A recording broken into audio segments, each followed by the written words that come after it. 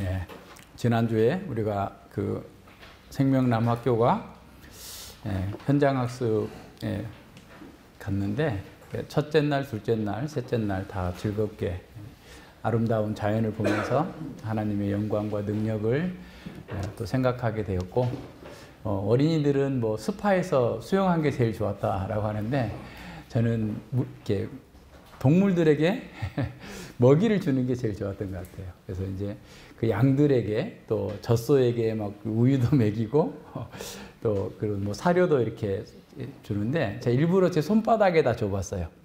많이 받아가지고 이렇게 주는데, 제가 하고 싶었던 건 뭐냐면 동물하고 교감할 수 있는가를 한번 이렇게 생각해 본 거예요.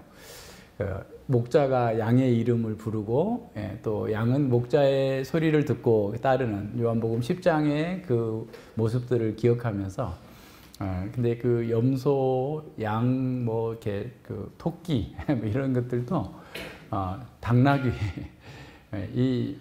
그리고 또 두 번째 날 오후에는 그 말 승마 교육장이 있어가지고 그 바닷가 옆에 승마 교육장에 가서 이렇게 보니까 초등학교 4학년밖에 안 되는 조그마한 그 소녀가 자기 말을 타고, 그래서 원래 집이 뭐 이쪽에 수도권 어딘데 이렇게 승마를 하기 위해서 그 동네로 그 뭐 유학 온 것처럼 엄마랑 이렇게 와서 살고 아빠는 거기 있다고 그러는데, 그 자기 말을 딱 타는 걸 시범을 보여주는, 자기 말에 대해서 막 얘기해 주는 거예요.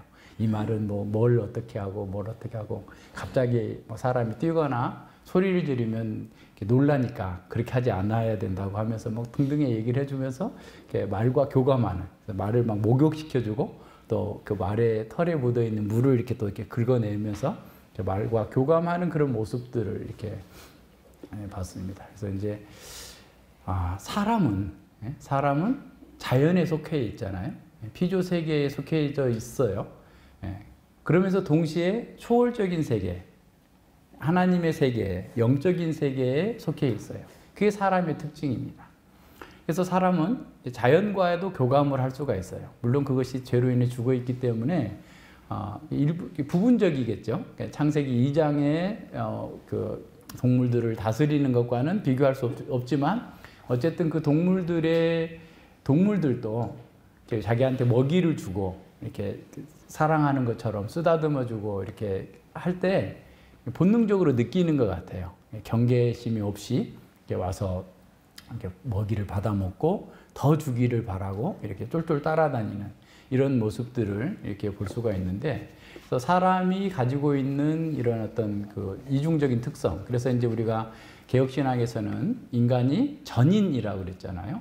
그러니까 뭐 어떤 사람들은 2분설, 3분설 이렇게 얘기하지만 전인이에요. 그러니까 지난번에도 하동의 그 원장님이 자기는 이제 의사니까 몸과 관련해서 어떤 영적인 부분들까지도 자꾸 생각을 연결을 해보는 거죠. 근데 사실 몸과 영을 우리가 딱히 분리할 수는 없잖아요. 그러니까 무슨 뭐 무자르듯이 딱 잘라서 이것은 영이고 이것은 몸이다, 이게 안 되죠. 그러니까 몸과 영이 늘 이렇게 어떻게 보면 함께 있어, 하나로 살고 있어요. 그러니까 우리는 자연적인 영역에서의 교감이 있는 것처럼 어떤 초자연적인 영역에서의 어떤 그 교감이 있어야 돼요. 그러니까 예수님 믿는 사람들과의 관계성 속에서도 초자연적인 어떤 교감이, 물론 자연적인 교감도 있지만, 그러나 자연적인 교감과 초자연적인 교감을 무자르듯이 확 나눌 수는 없어요. 하나님을 섬기는 면에서도 마찬가지입니다. 하나님을 섬기는데 나는 영적으로 섬긴다. 그러니까 우리가 흔히 로마서 12장 1절로 2절에서 기뻐하시고 산 제사를 드리라, 너희 영적 예배니라 라고 얘기하니까, 영적이라는 말이 그냥 우리 몸과 상관없이 이렇게 생각하는데, 그 영적이라는 말은 이성적인 예배다라는 거예요. 그러니까 우리 몸을 하나님께 기뻐하시는 산 제사로 드리라는 거죠. 그러니까 우리 몸이라고 할 때도 거기서도 어떤 이 물리적인 육체만을 얘기하는 것이 아니라, 이 몸은 우리의 전인을 얘기하는 거예요. 영과 몸과 우리의 모든 활동 전체를 하나님께서 기뻐하시는 예배로 드려라. 그렇게 하는데 어떻게 하는 거죠? 그게 세속에 물들지 않고 세상의 것을 버리고 하나님의 뜻을 따라서 사는 것이 영적 예배다 그랬어요. 그래서 우리는 그렇게 영적인 예배가 되려면 우리의 어떤 물리적인 몸, 또 영적인 초월적인 부분들이 동시에 다 건강해야 돼요. 그러니까 그래서 우리가 몸 건강 관리하는 것도 영적인 일인 거예요. 밥을 먹는 것도 영적인 일이고 우리가 몸에 좋지 않은 것을 피하는 것도 영적인 일이라고 생각을 해야 됩니다. 그렇게 해야만 바르게 살 수 있어요. 그래서 우리는 이 자연적인 세계에 살고 있기 때문에 자연 법칙에 영향을 받아요. 그래서 자연 법칙을 잘 따라서 사는 사람 또한 그것은 영적인 사람이에요. 무슨 말인지 아시겠죠? 하나님께서 주신 그 자연 법칙을 잘 따라 사는 것, 그래서 자연과 교감하는 것도 어떤 면에서 우리의 독특한 그 지위를 누리면서 사는 거죠. 그러나 이제 우리는 더 큰 존재이기 때문에 원래 인간이 영이 최고의 사령탑이었던 것처럼 하나님의 말씀에 근거해서 비추어서 모든 것을 보고 판단하면서 통제할 수 있는 그런 사람이 되어야 됩니다. 그래서 우리에게 있어서 자연적인 삶이 따로 있고 초자연적인 삶이 따로 있지 않다라는 거예요. 오직 하나의 삶이 있는 거죠.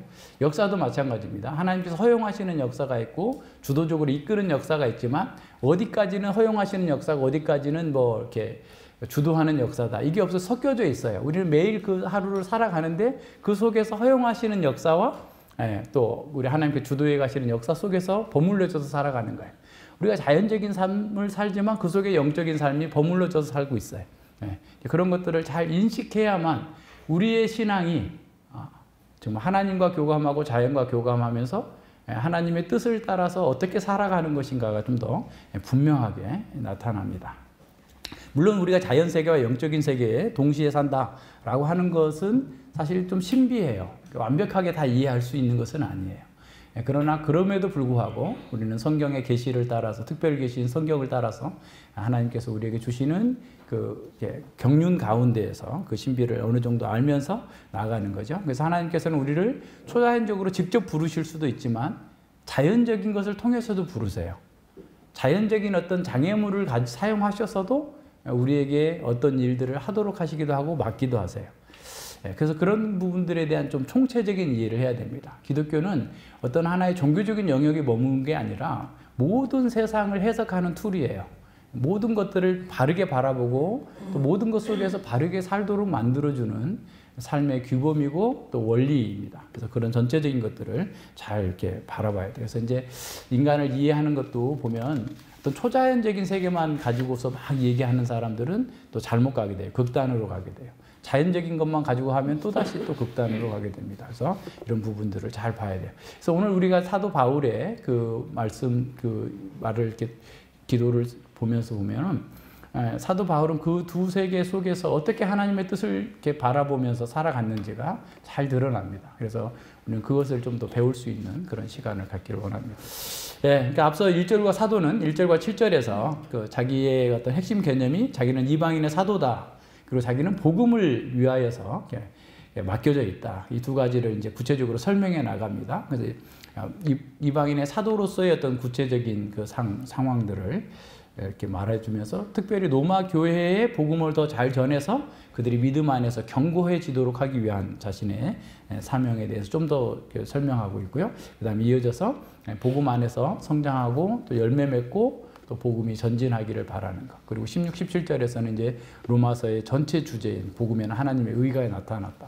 그것이 어떻게 나타났는지, 그 의라는 것이 무엇인지, 그래서 복음이 우리를 어떻게 구원한다는 것인지에 대해서 이렇게 나올 겁니다. 다음 주에는 11절부터 15절까지 보고 그 다음 주에 16, 17절을 볼 예정입니다. 이렇게 하시고요. 8절에 보면 첫째는 내가 예수 그리스도로 말미암아 너희 모든 사람을 인하여 내 하나님께 감사함은 너희 믿음이 온 세상에 전파됨이로다 그랬어요.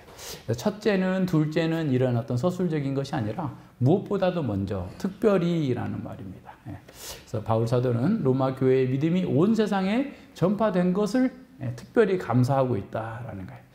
여기서도 온 세상이라는 말은 그냥 문자적으로 온 세상을 얘기하는 게 아니라 어떻게 보면 정감 있는 그런 과장법이죠. 그러니까 로마 제국에 많이 흩어져 있는 교회들 속에 로마의 교회가 이렇게 세워져 가고 있고 또 온전케 되고 있다라는 사실이 이방인 교회들에게서 다 이렇게 뭐라 그럴까요?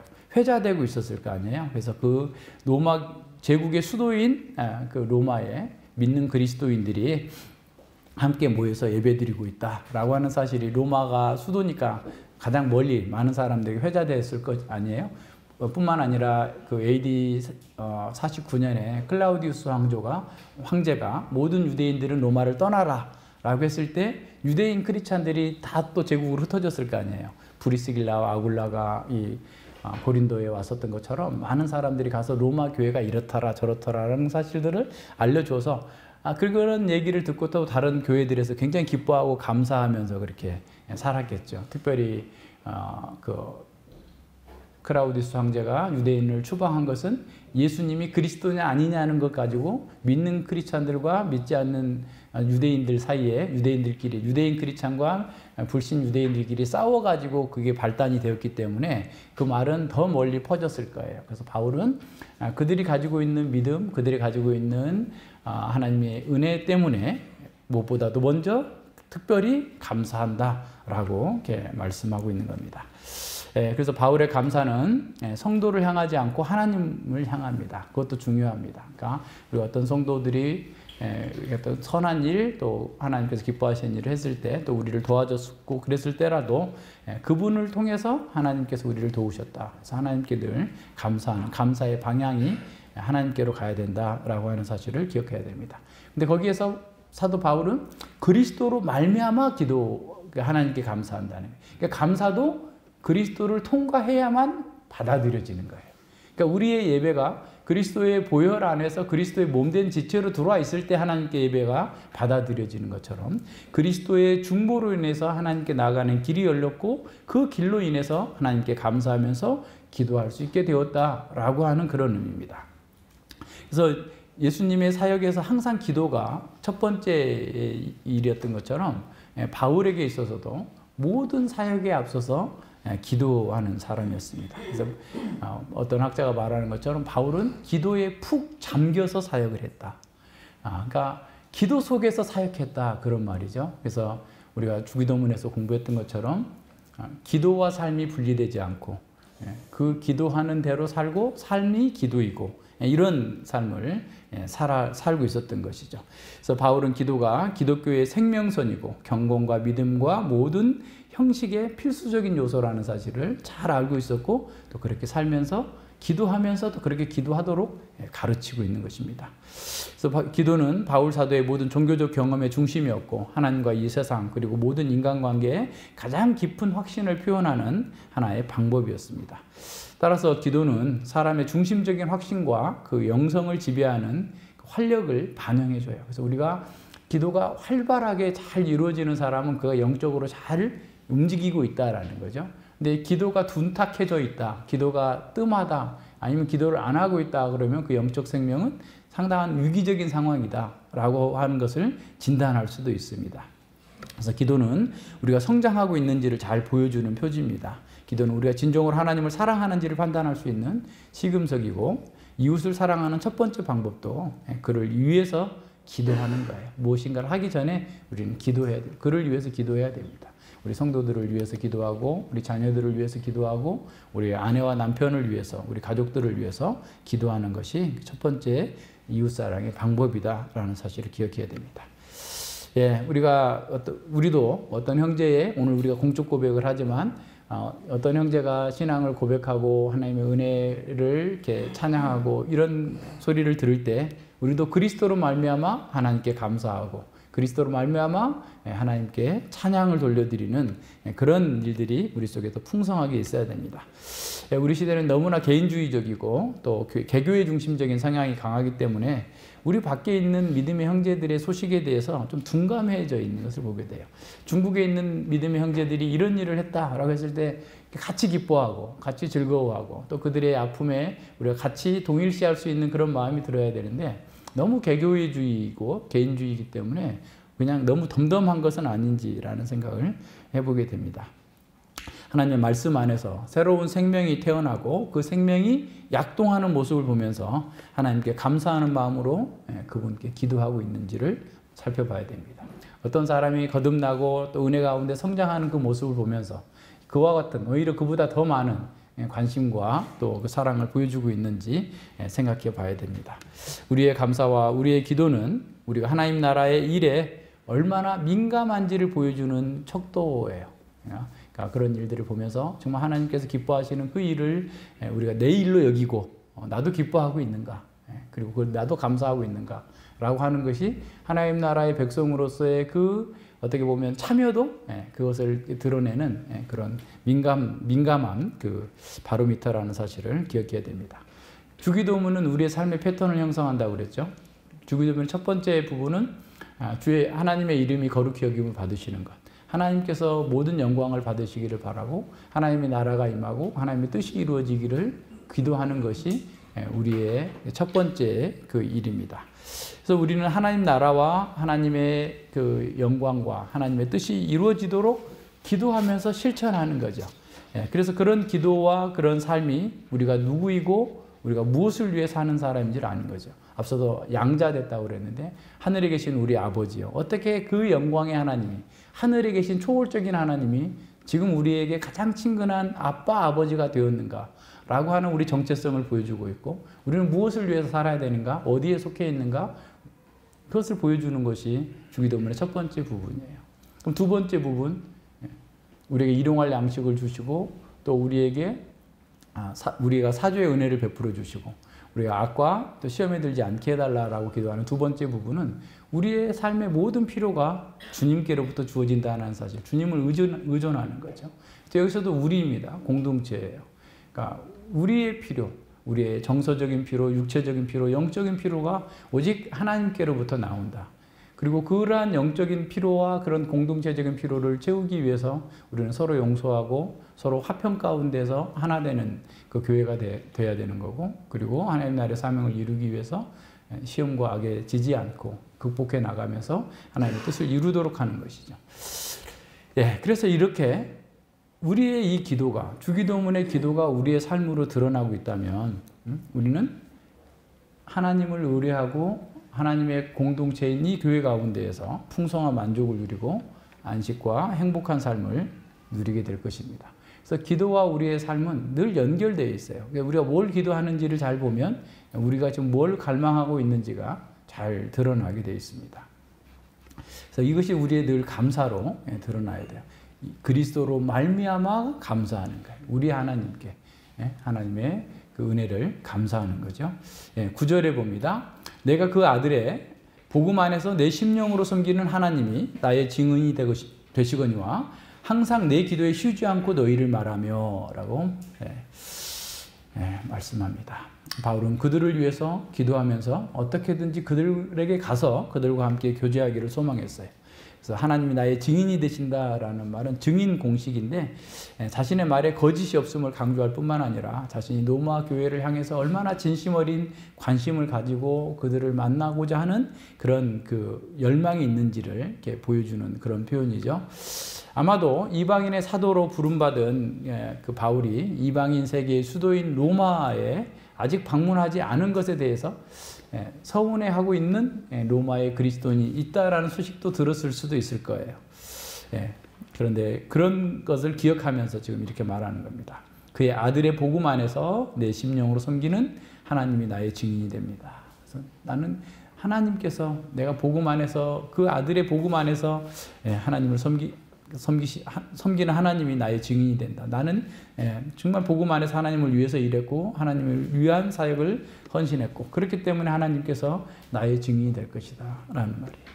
그래서 심령으로라는 말은 어떤 학자는 성령으로라고 이렇게 해석하는 것도 있지만 지난번 우리가 성결의 영에 대해서 본 것처럼 여기서도 이 심령이라는 말은 전인을 가리킵니다. 앞서 우리가 전인을 얘기했잖아요. 그러니까 전인을 가리키는 거예요. 그러니까 바울의 가장 깊은 내면의 마음과 인격 전체가 그 심령으로 그렇게 하나님을 섬긴다라는 말이에요.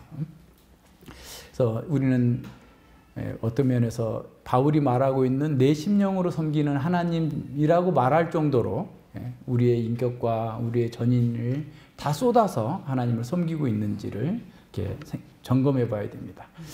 복음을 전하는 설교자들이나 또 교사뿐만 아니라 우리 성도들에게도 이거는 사활이 걸린 문제예요. 정말 심령으로 섬기고 있는가, 전인으로 섬기고 있는지를 살펴봐야 됩니다. 하나님을 섬기는 사람들은 온 마음과 자기 존재 전체, 그 전인을 통해서 이렇게 섬겨야 됩니다. 그러니까 지난번에 부르심에 대해서 얘기할 때 우리의 존재와 우리의 행위와 우리의 소유가 다 하나님의 부르심에 응답해서 하나님의 부르심에 따라서 살아가야 된다라고 그랬는데, 내 심령으로 섬긴다라고 하는 것도 바로 그런 거예요. 우리의 존재 전체로, 우리 전인으로 섬기는 거죠. 그렇게 섬기는 것은 어떤 위선이나 가식이 없고 자기 존재와 삶의 중심에 늘 하나님이 차지하고 있다라는 사실을 보여주는 겁니다. 자기의 육신적인 어떤 생각이나 자기의 어떤 영광을 위해서, 심지어는 사도 바울을 괴롭게 하면서도 그 교회의 복음을 전했던 그런 빌립보서 1장에 보면 그런 사람들이 나타나기도 하는데, 그런 것들은 사실은 전인으로 섬기는 게 아니에요. 자기 심령으로 섬기는 것이 아니라 자기의 방식으로 자기를 위하여서 복음 사역을 하는 사람들이 있다는 거예요.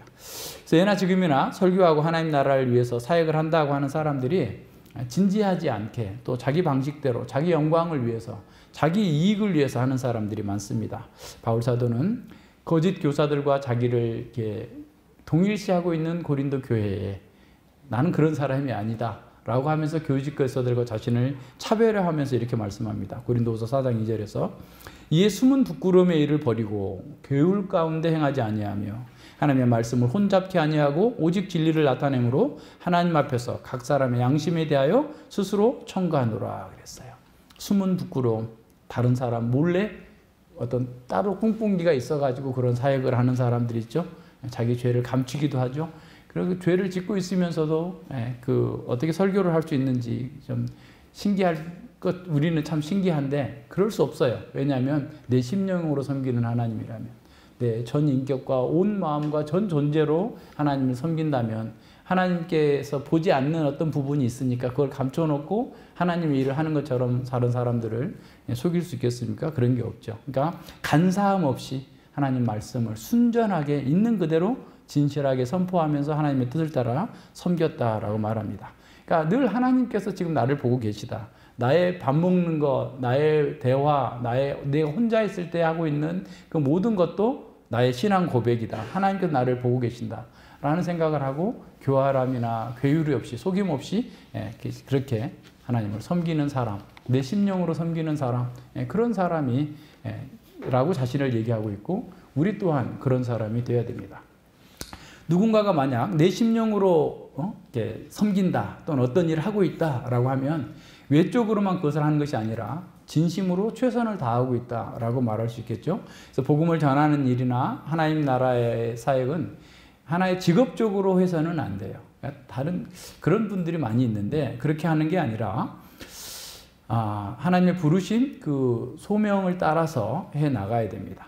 사실은 세상의 직업은 어떤 면에서 우리의 전인을 요구하지 않아요. 그죠? 그러니까 예를 들어서 내가 어떤 컴퓨터 프로그래머다 그러면 그 프로그래머 자기가 맡은 일만 잘 처리해내면 돼요. 그죠? 그걸 사랑하거나 그걸 막 자기의 그 전인을 부어서 하라고 요구하지 않아요. 그러니까 다른 일들은 그렇게 하지 않을 수 있어요. 근데 하나님 나라를 섬기는 일은, 우리가 하나님을 섬기는 일이자면 우리는 전인을 거기다 쏟아 부어야 됩니다. 세상의 직업은 그런 마음이 없어도, 진실함이 없어도 어느 정도 해낼 수 있습니다. 하지만 교회와 하나님 나라 일은 우리 존재 전체를 쏟아 넣어야 되는 거죠. 물론 그렇게 하는 사람은 세상 일에서도 죽게 하듯이 정말 잘하겠죠. 그러니까 전인까지는 아니더라도 항상 주님 보시기에 합당하게 주님께 하듯이 자기에게 주어진 직업적 소명을 잘 감당할 수 있겠죠. 그래서 온 마음과 온 존재를 쏟아 넣어야만 그런 진정한 기독교인의 삶, 기독교인의 능력이 나타납니다. 진정한 기독교는 크고 화려한 예배당이나 언변 좋은 설교자가 아니라 자기 존재 전체를 하나님의 부르심에 응답하는 사람들이 그 삶 속에서 진리로 인한 사랑과 순종, 정말 내 심령으로 섬기는 그런 열정으로 그 속에서 진정한 기독교는 드러납니다. 마치 예레미야 선지자가 사역할 때 얼마나 힘들었습니까? 아무리 말씀을 전해도 꿈쩍도 하지 않는 사람들을 보면서 너무 괴로운 거죠. 또 더군다나 비방하고 예레미야를 죽이려고까지 하고 예레미야를 시험에 들여서 그냥 죄에 빠뜨려 버리자 라고 모의하고 있을 정도의 그런 상황 속에서 에레미야는 더 이상 할 수 없다. 애기 내가 그만둘 거야 라고 하고 도망치려고 할 때 그 마음속에서 이렇게 그 소리가 들리는 거예요. 에레미야 20장 9절입니다. 내가 다시는 여호와를 선포하지 아니하며 그 이름을 말하지 아니하리라 하면 나의 중심이 불붙는 것 같아서 골수에 사무치니 답답하여 견딜 수 없나이다. 하나님 말씀 전해봤더니 아무런 효과가 없어. 열매가 없어. 다 망하고 있는 이 상황 속에서도 뻔히 보이는데도 아무리 경고를 해도 돌이키지 않는 사람들을 보면서 고통에 빠졌을 때 이제 그만할 거야 라고 했다면 에레미야는 그걸 견딜 수가 없는 거예요. 말씀을 뻔히 보이고 있는데 그걸 말하지 않고는 내가 견딜 수 없는 그런 고통스러운 감정을 갖는 것. 이게 하나님의 부르심이 소명이에요. 그러니까 그런 상황들이 있어야만 바로 내 심령으로 섬기는 사람이다 라고 말할 수 있습니다. 에레미야나 또는 어떤 사역자들이 먹고 살기 위해서 사역을 했다면 언제든지 떠날 수 있습니다. 다른 일도 할 수 있고 물론 떠나면 안 된다라는 말은 아니에요. 떠날 수도 있을 수 있어요. 그러나 그 태도가 그 자세가 정말 내 심령으로 하고 있는가 아니면 직업적으로 하고 있는가를 이렇게 보는 거죠. 부르심 받은 사람은 하나님을 심령으로 섬기기 때문에 그 골수에 사무친 그 말씀을 전하지 않으면 견딜 수 없는 고통까지 느낀다는 겁니다. 이것이 진정한 사역자와 종교인인 사역자와의 다른 모습입니다. 종교인인 교인과 신앙인인 성도의 차이입니다. 심령으로 섬기는 사람, 그 사람이 진정한 신앙인이고 하나님의 백성입니다. 종교인들도 자기 이익과 자기 영광을 위해서 열심히 뭔가를 할 수 있습니다. 하지만 자신에게 이익이 사라지거나 자기의 힘이 과도하게 켜지면 교만해져요.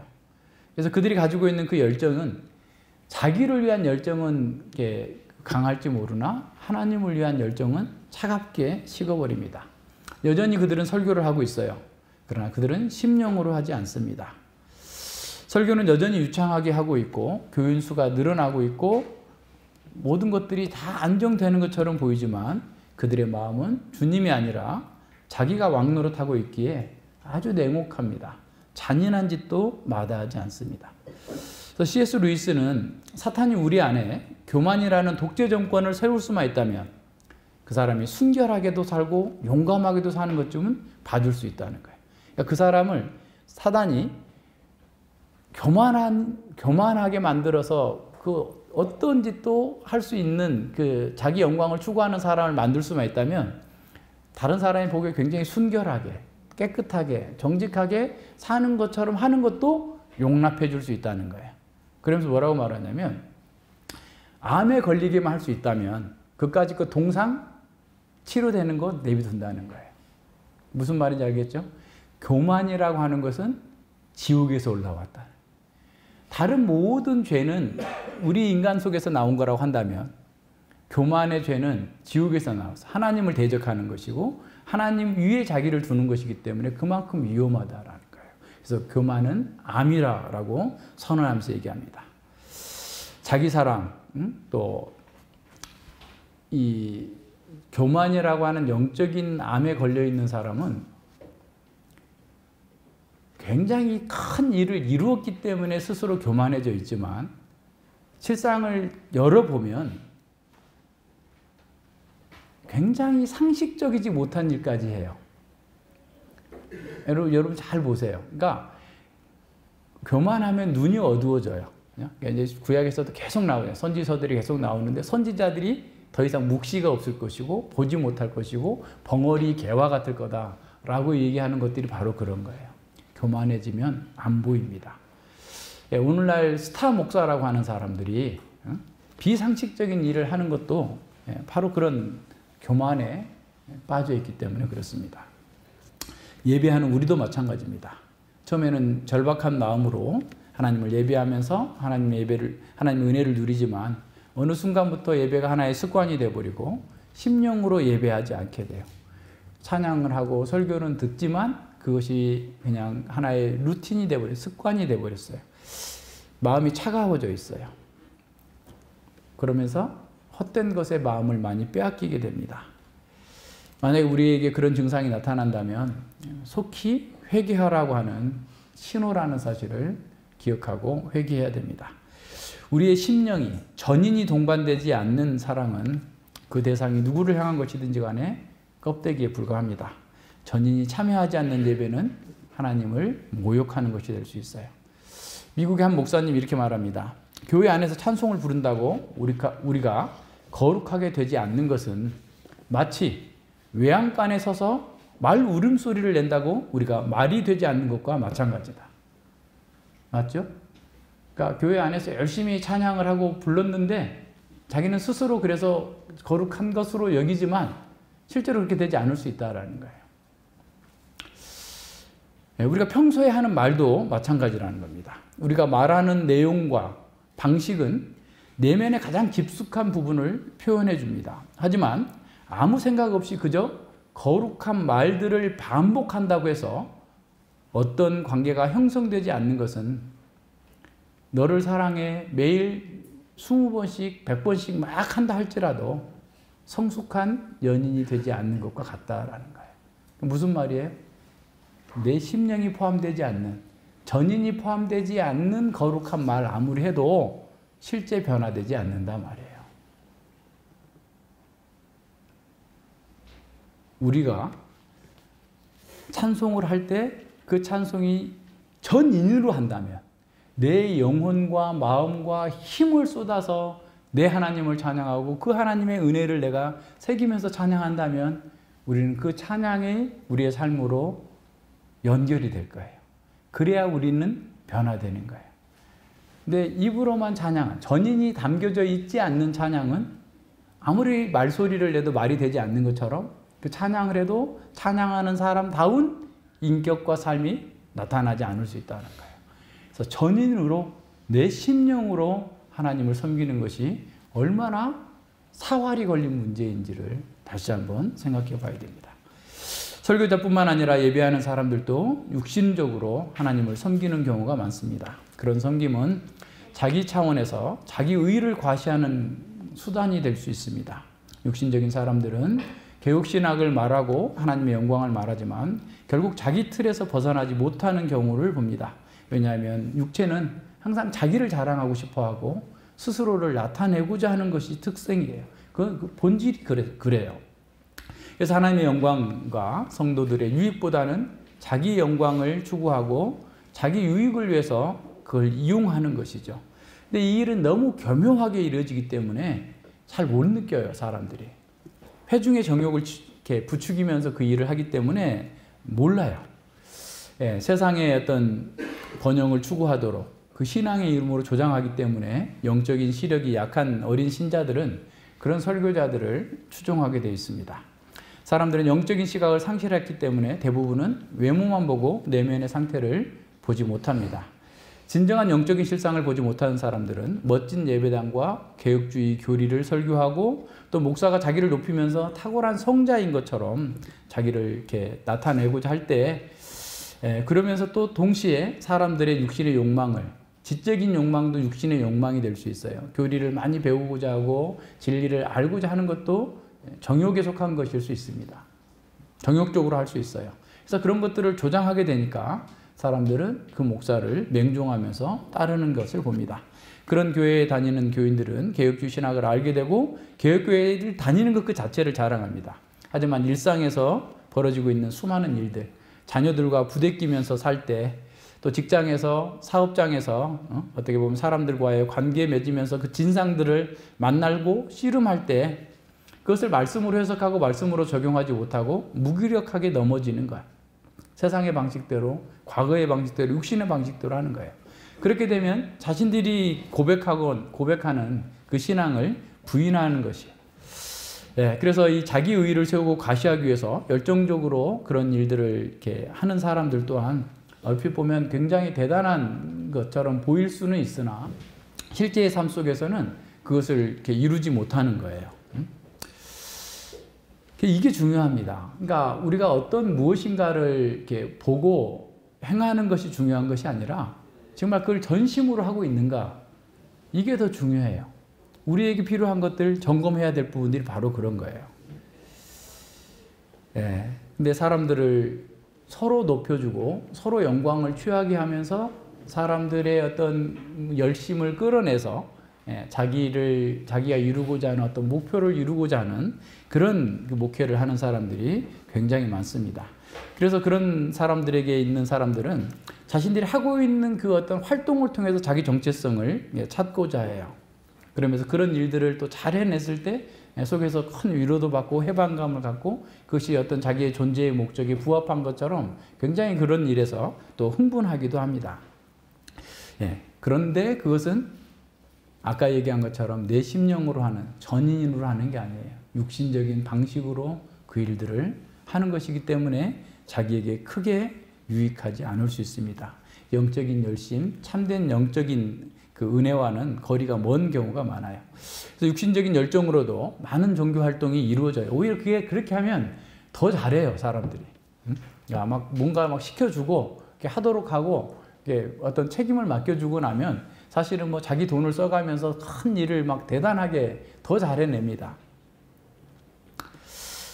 그러나 그렇다고 그것이 그들에게 유익하지 않을 수 있다라는 거예요. 그러니까 종교적인 활동이 자기 존재의 가치를 대신해 줄 수 없어요. 우리가 하나님의 자녀로서의 정체성이 분명한 후에 그것에 근거해서 전인으로 사는 것과 그것이 없이 뭔가 육신적인 활동으로서 자기의 어떤 그 정체성을 찾고자 하는 것은 겉으로 보면 별 차이가 없는 것처럼 보이지만 결과적으로는 심각한 차이를 나타낼 수밖에 없어요. 왜냐하면 뒤에 가서 실제의 삶의 능력이 나타나지 않기 때문에 그래요. 자, 그렇다면 우리가 바른 신앙 안에서 이렇게 영적인 열정을 가지고서 열심히 하면 육신적인 것을 배제하느냐? 그렇지 않다는 거예요. 그걸 잘 생각해야 돼요. 자, 보세요. 우리가 자연적인 영역과 초자연적인 영역을 사람은 같이 가지고 있다고 그랬어요. 특별히 거듭나는 우리는 더더욱 그렇죠. 우리는 자연에 속한 이 몸을 가지고 있되 이 몸의 육신적인 열정으로서 하나님의 일을 하는 것이 아니라 하나님의 말씀을 가지고서 우리가 사람을 얘기할 때 영이 그 사람의 최고의 사령탑이라고 그랬죠. 그래서 그 말씀으로 육신을 사용하는 거예요. 로마서 6장에서 말하고 있는 것처럼 하나님의 말씀을 가지고 육신을 제어하면서 육신을 가지고 하나님을 찬양하는 거예요. 그런 방식으로 해나가는 겁니다. 그래서 바른 신앙은 자연에 속한 몸과 열정을 영적인 진리의 통제 아래 두면서 말씀대로 전 존재와 전 인격으로 하나님을 섬기는 것이어야 되는 거예요. 그래서 우리가 가진 모든 요소들, 모든 지체들을 동원해서 하나님의 영광을 위해서 사는 것이야만 됩니다. 그래서 하나님께로 오는 그 신적인 열심은 자기 뜻과 자기 의를 부정하면서 하나님의 뜻을 이루고자 하는 열심으로 헌신하게 만들어주는 겁니다. 바울은 어떻게 하든지 하나님의 뜻 안에서 로마 교회에 갈 수 있기를 기도했어요. 바울은 이방인들을 위한 하나님의 뜻을 이루기 위해서 부름받았다는 사실을 너무나 잘 알고 있었어요. 그래서 그 뜻을 성취하기를 항상 기도하고 있었죠. 물론 지금까지는 하나님의 섭리로 로마에 가려고 했던 일들이 여러 번 막혀서 이루어지지 않았습니다. 하지만 하나님의 때를 기다리면서도 항상 기도하고 준비하고 있었어요. 바울은 그런 상황에서도 규칙적으로 로마 교회를 위해서 기도함으로써 마침내 하나님의 뜻이 이루어지기를 소망했습니다. 근데 13절 후반절에 보면 바울은 당시까지 로마에 가는 것이 막혔다. 그래서 지금 그 고린도에서 갱그리아 항에서 로마 교회에 편지를 쓰고 있는 것이죠. 근데 여기서 중요하게 생각해야 될 부분이 하나 더 있는데 바로 사도행전 16장에서 보면 바울 일행은 아시아에서 복음을 전하기 위해서 무척 노력을 했어요. 계속해서 노력을 하는데 어떤 그 예수님의 영이 막아서 안 됐다라고 하는 거예요. 그러니까 하나님의 말씀을 전하는 것은 하나님의 뜻이었고 이방인에게 복음을 전하는 것도 하나님의 뜻이었고 그 소아시아 북부의 지방에 가서 북갈라디아 지역에 복음을 전하는 것이 하나님의 뜻이었어요. 자기들은 그렇게 하고자 했어요. 그런데 하나님께서 막으셨단 말이에요. 왜 그랬을까? 그러니까 성령 하나님께서는 이 복음 전도의 내용뿐만 아니라 복음이 들어가는 순서와 그 방향까지 이끄시는 분이다라는 사실을 우리에게 보여주시는 거죠. 그래서 바울은 여러 방면에서 최선을 다해서 그 장애물을 돌파하고 복음을 전하려고 했지만 성령께서는 그를 막으셨어요. 그들이 가고자 했던 아시아와는 전혀 다른 방식으로 마케도냐로 그들을 인도하시고 유럽으로 인도하셨습니다. 아시아에서 복음을 전하는 것이 잘못된 것이 아니었어요. 그 일을 해야 돼요. 하지만 그 일의 주도권은 다 하나님께서 행사하고 그들을 이끌어 가신다라는 거예요. 자, 이런 상황에서 우리에게도 큰 교훈을 줍니다. 우리가 개혁교회를 세우고 기독교 학교를 세우려고 하는 노력은 잘못된 것은 아니에요. 경외함으로 말하지만 오늘날처럼 교회가 타락하고 세속주의에 물들어 있는 그 상황 속에서 하나님의 뜻을 이루는 것이라고 말할 수 있습니다. 그래서 우리는 교회를 위해서 그동안 그렇게 준비했고 노력했고 학교를 위해서도 그렇게 준비하고 공부하고 여러 자료들을 검토하고 예상될 수 있는 수많은 어떤 도전에 대해서 어떻게 대처할 건지도 다 지침을 만들고 이렇게 한 거 나쁜 거 아니에요. 옳고 합당한 거였어요. 모든 것이 준비됐다 할지라도 모든 것이 합당하게 되었다 할지라도 바로 그때라도 하나님께서 그 학교를 열어주실지 기다려야 될지 아니면 다음 세대에 해야 될지 우리는 알 수 없어요. 그 주권을 하나님께 맡겨야 됩니다. 하나님께서 우리에게 어떤 일을 하도록 하셨을 때에는 그렇게 할 수 있도록 여러 가지 환경들을 만들어 주실 겁니다. 그때까지 우리는 억지로 그 문을 열려고 해서는 안 된다는 사실을 배웁니다. 우리는 성령의 인도하심을 섣불리 판단하는 경향이 있어요. 그래서 이제 전에도 어떤 목사님이 어떤 일을 새로 시작하면서 엘리야가 갈멜산에서 비를 위해서 기도할 때 그 종에게 저쪽에 지중해 저쪽 서쪽 바다에 뭐가 있느냐? 없습니다. 없습니다. 없습니다. 또 가서 봐라 했더니 이제 손바닥만한 구름이 올라옵니다. 그래, 이 손바닥만한 구름이 왔으니 큰 비가 올 것이다 예상하고 아합 왕에게 빨리 들어가라 라고 했던 것처럼 지금 이러이런 몇 가지 일이 하나님께서 이것을 통해서 사용하실 거다. 그러니까 우리가 성령께서 우리를 이끌어 가신다라고 하는 것을 우리의 욕망에 비추어서 너무 쉽게 거기다가 대입을 하는 거죠. 그래서 그분이 나쁜 게 아니에요. 그분이 무슨 잘못한 일을 한 게 아니에요. 아주 잘하고 신실하고 지금도 정말 그분만한 사람이 없다라고 느낄 정도로 저는 그분을 존경해요. 그렇지만 그럴 수 있다는 거예요. 성령의 인도하심을 우리는 우리 편에서 너무 쉽게 판단하는 경향이 있어요. 우리도 2년 전에 그렇게 했잖아요. 어떤 행동과 어떤 진로가 다 맞는 것 같고 다 하나님의 뜻인 것 같고 우리의 생각과 우리의 기대가 다 보편적으로 맞아 들었다 할지라도 우리의 마음에 뭔가 꺼림직한 것이 있고 불확실한 느낌이 있으면 일단 행동하지 말고 멈춰야 돼. 우리가 그걸 뼈아프게 배웠습니다. 이것이 하나님 인도하심의 증거가 될 거다라고 우리는 섣불리 판단했지만 오히려 그것이 아니었던 거죠. 그것을 극복할 수 있을 거다라고 밀고 나가서 그 일을 하려고 했지만 안 됐어요. 그런데 하나님께서 막으시는 것도 은혜입니다. 하나님께서 막아주셨기 때문에 우리는 우리의 모습을 다시 볼 수 있고 우리의 실패를 통해서 배울 수 있었어요. 하나님의 은혜였어요. 그것도. 이렇게 생각해 봅시다. KTX가 350km로 서울에서 부산까지 달리는데 모든 정비를 완벽하게 끝냈어요. 정비사들이. 승무원들이 다 탑승했어요. 승객도 다 왔어요. 이제 출발만 하면 돼요. 모든 준비가 완료됐습니다. 스탠바이 하고 있어요. 그런데 KTX가 출발하지 않아요. 11시 출발하는 KTX가 출발하지 않아요. 무슨 일 때문일까요? 왜 그럴까요? 11시가 지났는데 출발을 하지 않아요. 중앙관제센터에서 아직 멈춰. 신호가 오지 않았기 때문에 그런 거예요. 그 KTX가 출발하려면 신호 출발해라 라고 하는 그 철도 전체를 이렇게 보고 있는 관제센터에서 지금 뭐 대전 쪽에서 어떤 문제가 있으니까 지금 출발하면 안 돼. 또는 등등의 어떤 문제들을 다 점검한 그 상황 속에서 출발을 늦추고 있고 신호를 주지 않았기 때문에 그때 출발하면 안 되는 거예요. 우리도 마찬가지입니다. 모든 것이 다 잘 돼 있어요. 다 하나님의 뜻이에요. 준비도 돼 있어요. 그런데 그러니까 이제 출발해 보자. 오면 시작해놓고 나중에 그 문제를 감당해내지. 라고 하면서 출발해서는 안 된다는 겁니다. 마찬가지입니다. 다윗도 마찬가지죠. 하나님의 성전을 건축하는 거 너무 귀한 일이고 복된 일이에요. 모든 지도자들이 다 찬성했고 모든 백성들이 원했어요. 그런데 하나님께서 막으셨어요. 그렇게 하나님의 뜻에 따라서 우리는 가려고 하는 그런 전제가 있어야 됩니다. 모든 것이 준비됐고 모든 사람이 다 동의했어도 그 일을 하나님께서 허락하지 않는다면 안 된다라는 거예요. 바울 사도가 보세요. 로마에 가고자 했고 로마에 가서 이방인 신자들에게 복음을 전해서 더 견고케 하기를 바랬어요. 그것이 하나님의 뜻이기도 했어요. 어쩌면 로마의 신자들도 아니 이방인의 사도인 저 바울이 왜 우리한테는 관심을 가져주지 않지? 우리에게도 좀 와서 그 진리의 깊이를 좀 가르쳐 줬으면 하는 그런 바람을 갖고 있는 사람들도 있었을 거예요. 그러나 그 모든 것이 진리였고 옳은 것이었지만 하나님께서 그 길을 열어주지 않았어요. 그럼에도 불구하고 바울은 계속해서 기도하고 있었습니다.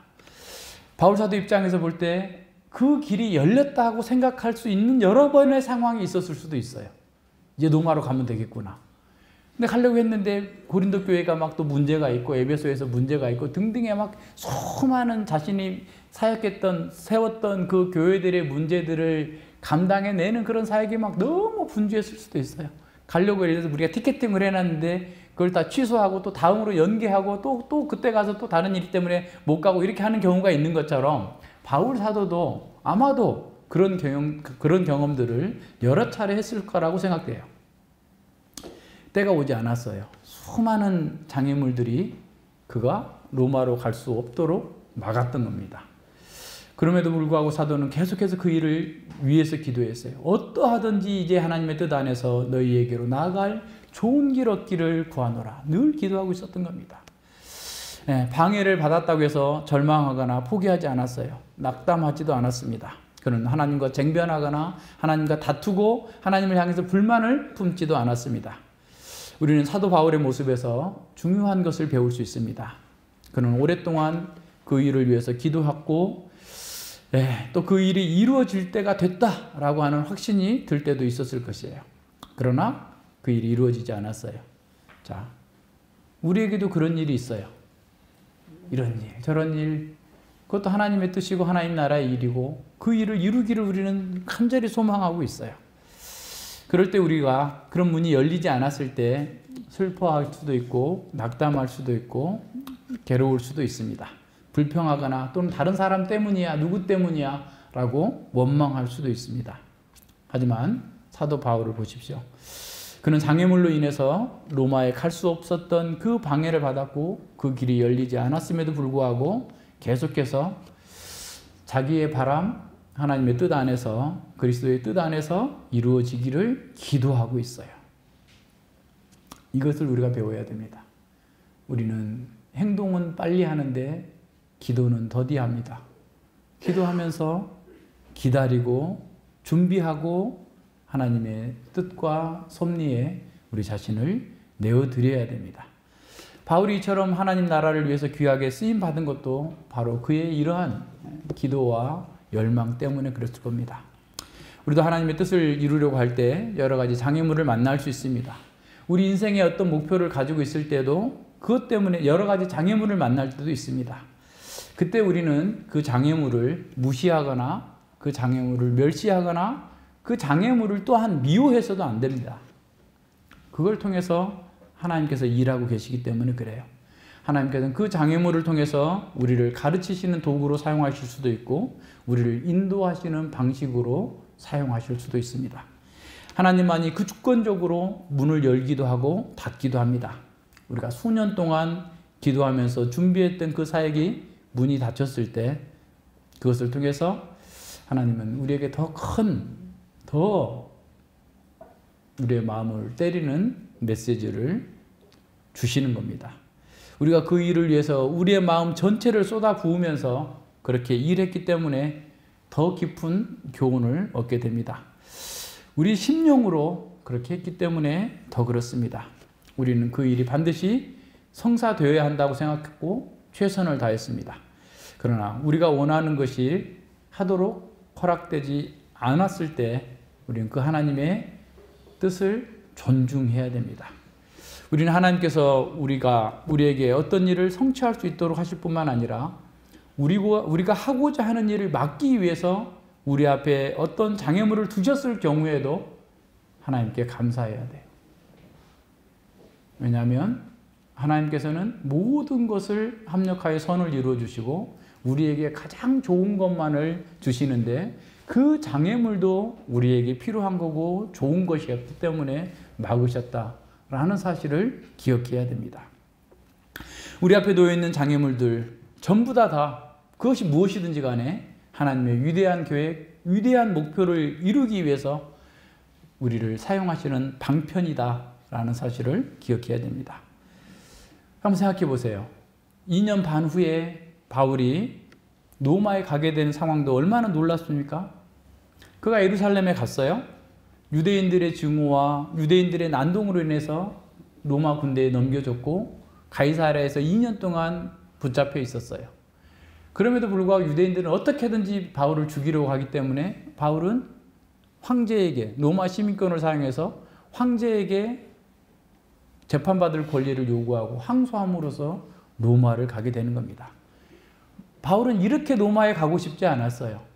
당당하게 자기의 수행원들과 함께 동역자들과 함께 가서 로마에 가서 정말 많은 사람들에게 제국의 수도에 찾아오는 수많은 사람들에게 에베소에서처럼 그렇게 복음을 전하고 싶은 그런 마음이었을 거예요. 이렇게 죄수로 로마에 갈 거라고는 전혀 예상하지 못했던 일입니다. 계속해서 그동안 기도했고 계속해서 준비했고 계속해서 열망했지만 바울이 가는 그 방식은 전혀 예상치 못했던 방식으로 가게 된 거예요. 로마에 가는 도중에도 유라굴로라고 하는 광풍을 만나가지고 배가 막 2주 동안 다 파손이 되고 깨어져서 다 죽을 뻔한 그런 상황들 속에서 바울로 인해서 하나님께서는 그 속에서 바울에게 계시를 주시고 바울을 통해서 선주와 선장과 그 선원들을 비롯한 276명이 다 구원받고 멜리데 섬에 옮겨져서 겨우겨우 이렇게 해서 로마에 가게 하신 거예요. 전혀 예상치 못한 방법, 예상치 못한 상황에서 가게 됐으나 그 모든 과정 속에서 하나님께서 역사하셔서 총독에게 복음을 전하게 하셨고 아그리빠 왕에게 복음을 전하게 하셨고 로마 황제에게 복음을 전하는 길을 열어두셨던 거예요. 이것이 하나님의 방법이었습니다. 무엇이든 사람의 계획은 하지만 그것을 이루시는 분은 하나님이십니다. 잠언 16장 1절에서 말씀하고 있는 것처럼 마음의 경영은 사람에게 있어도 말의 응답은 여호와께로 나느니라 라고 말씀합니다. 예, 우리도 개인적으로든 공동체적으로든 바울과 같은 경험을 했을 것입니다. 또 앞으로도 하게 될 것입니다. 우리 중 누구도 내가 계획해서 여기까지 왔다 라고 말할 수 있는 사람은 아마 아무도 없을 겁니다. 하지만 하나님께서는 신묘막측하다 할 만큼 예상 밖으로 우리를 인도하셔서 우리가 가장 복되고 아름답게 이 세상 가운데에서 하나님의 은혜를 누리면서 살 수 있도록 만들어 주셨습니다. 그래서 하나님의 인도하심은 우리가 계획했던 것보다 훨씬 더 우리에게 복된 길로 우리를 만들어 주셨고 찾아오셨습니다. 그래서 문제는 뭐냐면 우리가 우리의 뜻을 하나님의 뜻에 철저하게 복종시키는 거예요. 내 주권을 내려놓고 하나님의 주권을 받아들이는 겁니다. 우리는 많은 계획을 세우고 그것을 위해서 다양한 시도를 할지라도 주의 뜻이면 우리가 살기도 하고 이것도 하고 저것도 하리라. 주의 뜻이면 주의 때가 되면 하리라 라고 하는 믿음으로 나가야 됩니다. 우리의 때는 우리의 손에 달려있지 않습니다. 하나님의 손에 달려 있습니다. 우리는 하나님 나라 전체의 군대 속에서 아주 작은 부분을 차지하고 있어요. 소대 아니면 분대, 분대는 9명 정도 되죠. 소대는 뭐 45명, 50명 정도 되는 이런 정도의 군대 속에 우리는 들어있어요. 우리가 전체의 전쟁터를 바라보면서 계획을 세우고 통제하고 어디는 전진하고 어디는 빠지고 이렇게 하는 게 아니에요. 하나님께서 그 일을 하고 있는 겁니다. 그래서 우리는 하나님의 뜻에 하나님의 때가 올 때까지 온전히 우리에게 주어진 역할들을 잘 감당해야 됩니다. 주님의 뜻이라고 하는 분명한 확신이 있을 때에도 주님의 때와 주님의 인도하심과 주님의 신호가 있기까지 우리는 기다릴 수 있어야 됩니다. 이것이 우리가 가야 될 길입니다. 우리의 소망과 하나님의 뜻이 완전히 일치한다 할지라도 우리는 하나님의 때까지, 하나님의 인도하심에 그 신호가 있을 때까지 기도하고 준비하고, 또 준비하면서 기도하고 기다려야 됩니다. 이런 점에서 우리의 삶은 영광스러운 금지, 영광스러운 제약, 영광스러운 장애가 가득하다.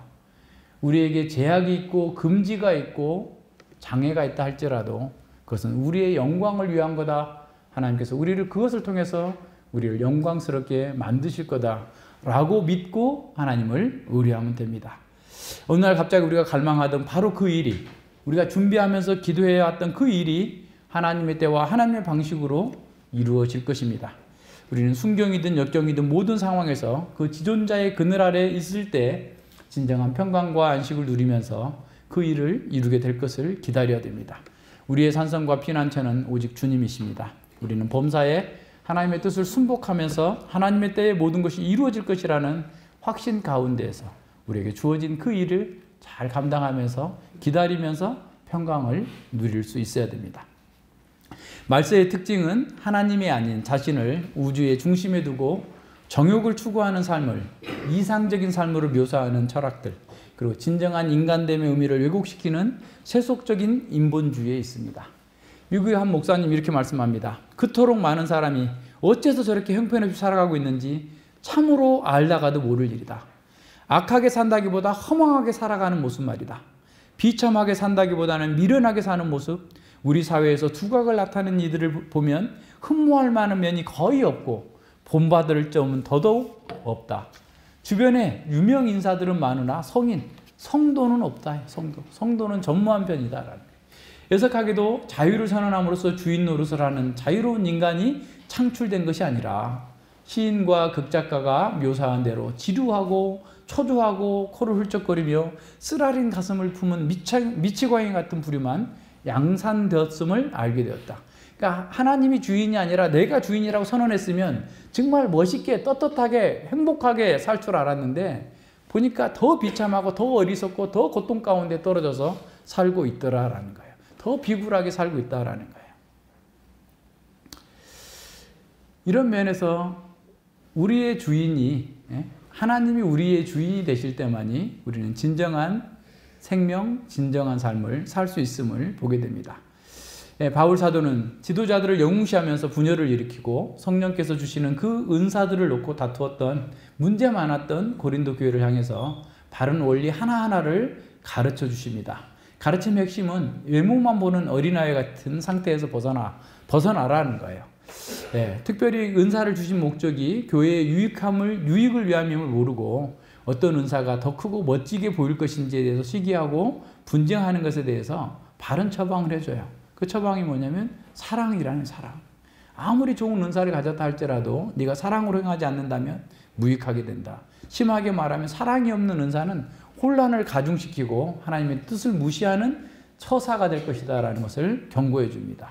그래서 교리적인 지식이나 말과 행동보다 궁극적인 신앙의 시금석은 모든 일을 진리에서 나오는 사랑으로 해야 된다.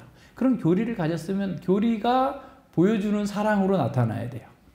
진리를 가졌으면 진리로 말미암은 사랑으로 나타나야 됩니다. 그것이 궁극적인 겁니다. 하나님을 심령으로 전인으로 우리가 사랑하고 있는가? 하나님의 사람들과 하나님께 속한 것들을 사랑하고 있는가? 이것이 참된 신앙의 진정한 시금석입니다. 사랑은 오래 참고, 사랑은 온유하며 투기하는 자가 되지 아니하며, 사랑은 자랑하지 아니하며, 교만하지 아니하며, 무례히 행치 아니하며, 자기 유익을 굳지 아니하며, 성내지 아니하며, 악한 것을 생각지 아니하며, 불의를 기뻐하지 아니하며, 진리와 함께 기뻐하고, 모든 것을 참으며, 모든 것을 믿으며, 모든 것을 바라며, 모든 것을 견디느니라. 사랑은 자기 부인에서 출발하고 자기 부인이 핵심이에요. 자기를 부인했을 때 내 심령으로 하나님을 사랑할 수 있어요. 자기를 부인했을 때 형제의 믿음을 보고 하나님께 감사할 수 있어요. 자기를 부인했을 때 성령을 의지하고 하나님의 때를 기다릴 수 있습니다. 사랑의 모든 측면들 잘 묘사한 이 모든 것들 보면 자기 추구는 아무것도 발견되지 않아요. 오히려 자기를 부인해야만 이루어지는 속성들이 강조되고 있어요. 사랑은 사람들을 무례하게 대하지 않습니다. 그래서 무례한 사람들은 하나님의 사랑을 배반한 거예요. 막 목사님이 성도들을 막 그냥 짓밟는 말을 함부로 하고 성도들끼리도 그냥 말을 함부로 하고 이건 다 무례한 겁니다. 자기 부정이 되지 않은 거예요. 다른 사람을 존중히 여기는 사람은 자신 있는 사람이에요. 다른 사람을 멸시하고 무시하는 사람은 뭔가 허약한 자아를 드러내는 겁니다. 사랑하지 않는 것이기 때문에 그래요. 사랑하는 사람이 강한 사람이에요. 사랑하는 사람이 진정으로 하나님의 사람입니다. 사랑은 진실한 신앙의 성숙의 표시예요. 그래서 우리가 오래 참고 기다리는 것도 사랑이 있어야 되는 거죠. 우리가 조급하다면 사랑이 부족한 것을 아닌지 한번 점검해 봐야 됩니다. 성령의 인도를 기다리지 못하는 것도 우리의 조급함은 아닌지 점검해 봐야 돼요. 우리가 가진 진리는 메마른 교리가 아닙니다. 이 교리는 자기를 부인하면서 하나님과 하나님께 속한 모든 것을 사랑하는 것으로 드러나는 거예요. 영적인 것들뿐만 아니라 심지어 자연에 속한 것들도 사랑합니다. 삶의 현장과 인간관계 속에서 전심으로 사랑하는 사람은 열정과 사랑이 없이 사역하는 그 사람들이 절대로 경험할 수 없는 진정한 만족을 경험하는 거예요. 그러니까 이게 중요해요. 전심으로 하나님을 사랑하는 그 사람은 사랑 없이 하는 사람들이 경험할 수 없는 그 만족과 행복을 경험하는 겁니다. 하나님의 사랑하심을 입고 부르심을 입은 사람들은 그 사랑의 흔적을 소유하고 있는 사람들이에요. 그 사랑의 흔적이 뭐냐면 자기 부정이에요. 하나님께서 나를 위해서 다 주셨으니 나도 이제 나를 부인하고 하나님께 나를 드립니다. 그 사랑의 흔적을 우리 모두가 다 지니고 있어야 돼요. 바울이 갈라디아서 6장에서 나를 더 이상 괴롭게 하지 말라. 내가 그리스도의 흔적을 지니고 있느라. 바울은 자기를 위해서 살지 않았어요. 아마 그 흔적이라는 게 복음을 전하다가 힘이 두들겨 맞았던 흔적일 수도 있어요. 흉터일 수도 있어요. 그러나 바울의 그 사랑의 흔적은 이제 2장 20절에서 말하고 있는 것처럼 내가 사는 것이 아니요 내 안에서 그리스도가 사는 것이다 라고 고백하는 그 흔적이에요. 자기 부정의 흔적이에요. 그것이 그 사랑의 흔적을 가지고 있는 겁니다. 그리스도의 사랑 안에서 자기를 부인하는 것은 그리스도의 충만으로 채워지는 유일한 방식이에요. 그래서 자기를 부정하는 사람 속에 그리스도의 충만이 채워지게 됩니다. 데이비드 드 실바라고 하는 신학자는 이렇게 말합니다. 우리는 이제 최상의 자아가 되도록 자유를 얻었어. 그러니까 옛날처럼 살려고 하지 말라는 거예요. 최상의 자아가 되도록 구원받았단 말이에요. 이제 우리가 자기중심적이고 자립적인 관점 대신에 바울의 관점으로 생각한다면 우리의 최상의 자아는 우리 자신의 자아를 의미하지 않고 우리 각 사람 안에 살아계시는 그리스도를 의미함을 알 수 있다라는 거예요. 우리의 최상의 자아는 그리스도의 성육신으로 말미암아 우리 안에 회복된 하나님의 형상이다라고 말합니다. 예수님은 실제로 성령의 역사하심으로 말미암아 우리 안에 계신 영원하신 하나님의 형상이시다. 이러한 형상의 회복이 우리의 변화의 목표다. 그래서 우리는 그리스도의 형상으로 온전히 변화되는 것이 우리의 목표인 거죠. 우리가 예수님을 믿는 것, 하나님께서 성령으로 우리를 충만케 하시는 것, 성령님께서 우리를 새로운 삶으로 인도하시는 것, 우리가 새로운 존재가 되는 것까지도 모두 이 목표를 지향하고 있다라는 거예요. 그러니까 이 목표를 지향한다면 우리는 새롭게 자꾸 바뀌어 나가려고 해야 되죠. C.S. 루이스, 전에도 한번 제가 인용한 것 같은데 C.S. 루이스 이렇게 말합니다. 진정으로 자아를 포기하는 일이 있어야 합니다. 이를테면 자신을 무작정 내던져 버려야 한다는 것입니다. 물론 그리스도께서는 진정한 인격을 주실 것입니다. 그러나 그것 때문에 그에게 나아가서는 안 됩니다. 자신의 인격 속에 계속 신경 쓰는 한, 자기 인격에 계속 신경 쓰는 한 여러분은 결코 그에게 나아갈 수 없다. 그러니까 자기 유익을 위해서 이렇게 그것에 자기 틀에서 이렇게 갇혀 있으면 안 된다는 거죠. 여러분이 가장 먼저 해야 될 일은 자아를 통째로 잊어버리려고 노력하는 겁니다. 진정한 새 자아, 그리스도의 것이면서 동시에 여러분의 것인 자아, 그의 것이 되었다는 바로 그 이유 때문에 여러분이 것이 된 그 자아는 그 자체를 추구하는 한 얻을 수 없어요. 무슨 말인지 알겠죠? 그러니까 전에 우리 얘기한 것처럼 행복을 추구하면 행복을 얻지 못해요. 하나님의 말씀을 따라 살면 행복해져요. 말씀을 따라 살 때 주어지는 부산물이기 때문에 그런 거죠. 그래서 이렇게 말합니다. 자아는 그리스도를 찾을 때만 얻을 수 있습니다. 그 자아, 새 자아는 그리스도를 찾을 때만 얻을 수 있습니다. 예. 자기 생명을 버리십시오. 그러면 생명을 얻을 것입니다. 죽음을 받아들이십시오. 매일 야망과 이루고 싶은 바람들의 죽음을, 그리고 언젠가 찾아올 몸의 죽음을 받아들이십시오. 온 몸과 온 마음으로 받아들이십시오. 내 심령으로 받아들이십시오. 전인으로 받아들이십시오. 그 말이죠. 그러면 영원한 생명을 발견할 것입니다. 아무것도 남겨두지 마십시오. 죽지 않은 것은 진정한 여러분의 것이 되지 못할 것입니다. 여러분 안에 죽지 않는 것은 죽음을 떨치고 일어서지 못할 것입니다. 자기 자신을 찾으면 결국 미움과 외로움과 절망과 분노와 파멸과 쇠퇴만을 보게 될 것입니다. 그러나 그리스도를 찾으면 그를 만날 것이며 그와 함께 모든 것을 얻을 것입니다. 그랬어요. 그리스도를 찾으면 우리는 그리스도 안에서 모든 것을 얻게 될 겁니다.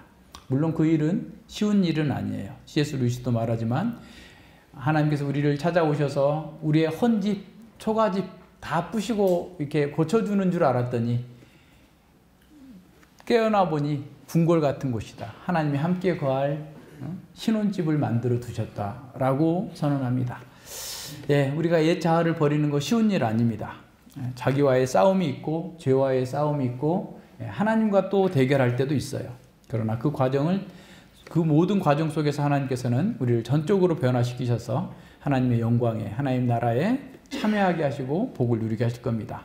성장을 위한 변화에는 언제나 두려움이 따를 수 있습니다. 하지만 우리가 하나님을 신뢰하고 하나님께 맡기면서 그 고통을 견뎌낸다면 하나님이 거하실 거룩한 성전으로 우리가 변화될 거예요. 그래서 우리는 그리스도로 말미암아서 우리에게 믿음을 주신 하나님께 감사하고, 그리고 우리 안에서 이루어지고 있는 진정한 새 자아 전인으로 내 심령으로 하나님을 섬기고, 성령께서 우리에게 길을 열어주실 때까지 우리 개인적인 일이든 교회적인 일이든 각자의 모든 일 속에서도 하나님의 때를 기다리면서 기도하면서 우리에게 어떤 장애물이 있다 할지라도 그 장애물은 우리를 영광스럽게 하는 장애물이다. 우리에게 어떤 제한이 있더라도 그 제한은 우리를 하나님께 더 가까이 붙여주는 영광의 손길이다 라고 하는 사실을 기억하면서 좌절하거나 낙심하지 않고 현재 우리 앞에 주어진 그 일을 잘 감당할 수 있기를 바랍니다. 기도합니다. 하나님 아버지, 감사드립니다. 주님께서 바울 사도를 통해서 우리에게 주신 이 말씀을 통해 우리 자신을 보게 됩니다.